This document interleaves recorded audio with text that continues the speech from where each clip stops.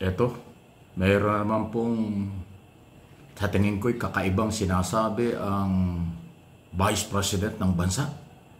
Tutol pala siya at hindi daw kailangan ang ICI, Independent Commission for Infrastructure. Tapos ang sinasabi niya, kaya na daw ng Office of the President dahil maraming pera ang Office of the President para mag-imbestiga rito. Aba, natawa ako eh. Eh di ba yung ICI, Office of the President nga, sila yung nagbuo para mag-imbestiga. Eh, kakaiba ito. Sige nga, pakinggan natin itong kanya sinasabi. Paparinig ko sa inyo kanya sinasabi tungkol dito at kung bakit siya tumututol. Ito ang kanyang paniniwala eh. Pakinggan nyo para akala nyo fake news. Wala namang fake news dito. Ito yung sinasabi niya. Hindi ko alam kung bakit meron pa investigation ang ICI. Kasi napakadali naman yun eh.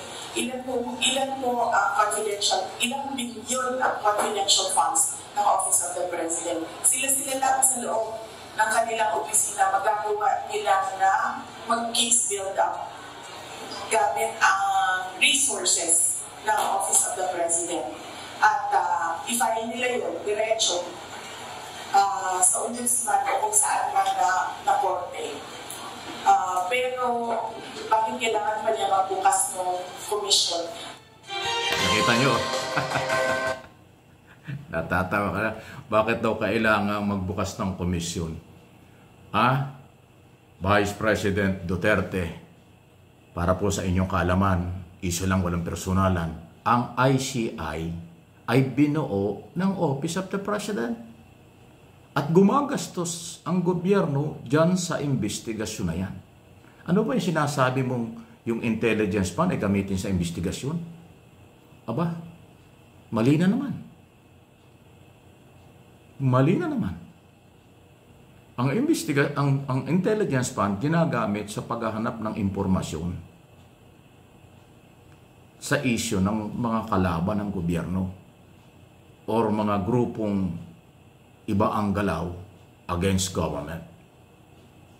Hindi ang intelligence fund hindi pwedeng gamitin sa pag-iimbestiga sa korupsyon. Yan ay for intelligence operation, counterintelligence. Eh pasintabi na talagang hindi mo alam kung saan gagamitin, kaya naman pala sumabit ka sa confidential at intelligence fund ng Office of the Vice President. Eh hindi ho dyan ginagamit ang intel. Magtanong nga kayo o magpa-seminar nga kayo sa mga intelligence community ng militar. O magtanong nga kayo sa NICA, National Intelligence Coordinating Agency, para malaman nyo kung paano ang paggamit ng intel fund. Ang Office of the President, sana itanong mo Sarah doon sa ama mo, nasa Netherlands, kasi dati siyang Pangulo. O itanong mo kay Gloria na kaibigan mo. Talagang maraming pondo ang Office of the President kasi marami ang trabaho. Lahat ng attached agency ng Office of the President, nakapaloob yan. Yung galaw ng Office of the Executive Secretary. Yung lahat ng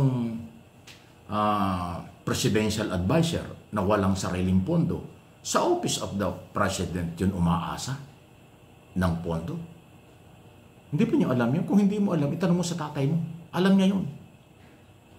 Lahat ng opisina ng Office of the President na walang specific budget dun sa General Appropriation Law o taon-taong budget, ang lahat ng gastusin ng mga yun, dun kukunin sa OP, Office of the President Budget. Kaya nga bilyon ang pera ng OP. Dapat alam mo yun para pag nagsasalita ka ng ganyan, hindi ka nakakahiya, hindi ka nakakagulo. Kasi, hindi naman ako nagmamagaling. Ganun po ang paggawa ng budget. Iba yung budget ng buong Department of Education. Iba yung budget ng Office of the Vice President. Iba yung budget ng Department of Public Works. Iba yung budget ng Department of Health, Department of Transportation. Iba pa yun. Yung specific itemized talaga yun kung saan gagamitin. Pero yung budget ng Office of the President, nandutun lahat yun. Lahat ng galaw ng Office of the President.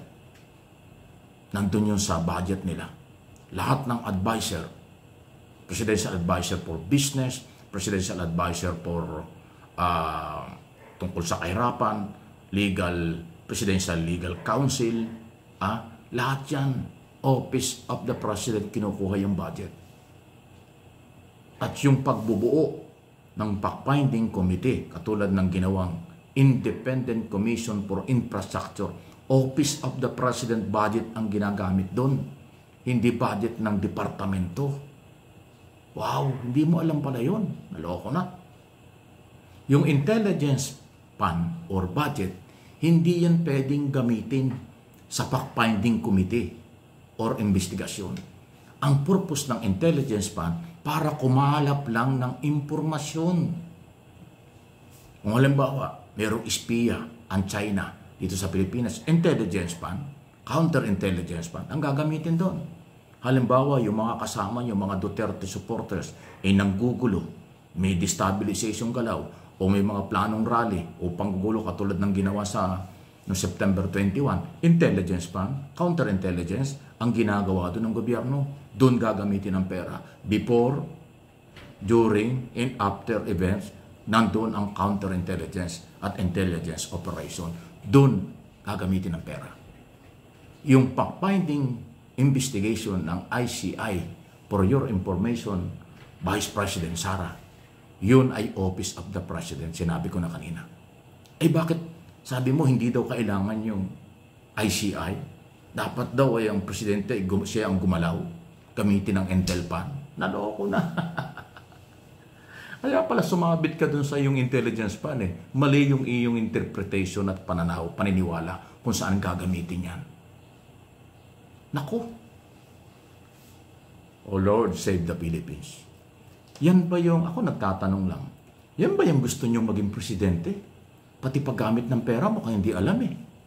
Pati yung authority ng presidente, mukhang hindi rin alam. Kaya nga ang advice ko, hindi ako nagmamagaling, magtanong ka kay dating Pangulo, yung iyong ama. Magtanong ka sa kaibigan mo si Gloria Macapagal Arroyo.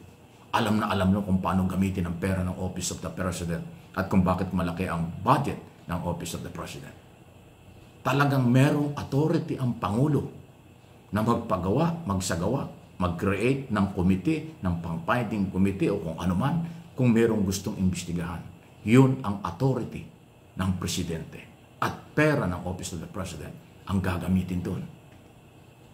Eh, nakinig ako doon sa speech, doon sa sinasabi mo, akala ko may laman eh.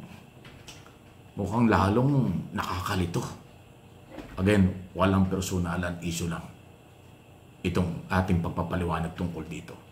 Para po sa kaalaman ng ating mga kababayan Pilipino, magsubaybay po kayo, papaliwanag natin ang tama. Hindi ko mo Vice President matalino kay sa atin. Mas matalino ang nakakaintindi kung paano ang paggastos, paano ang operation, kaysa sa parang nanghuhula lang sila. Wow! Ganon ba kayo?